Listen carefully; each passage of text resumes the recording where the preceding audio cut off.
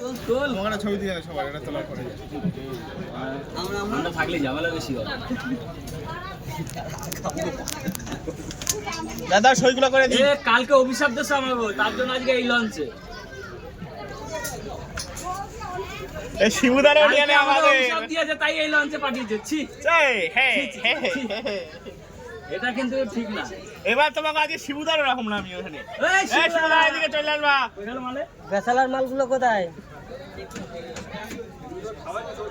হ্যাঁ কমপ্লিট, খাওয়া দাওয়া কমপ্লিট।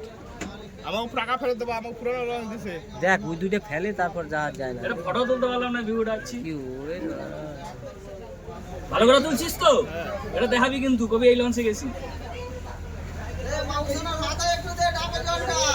সেই বুঝবে।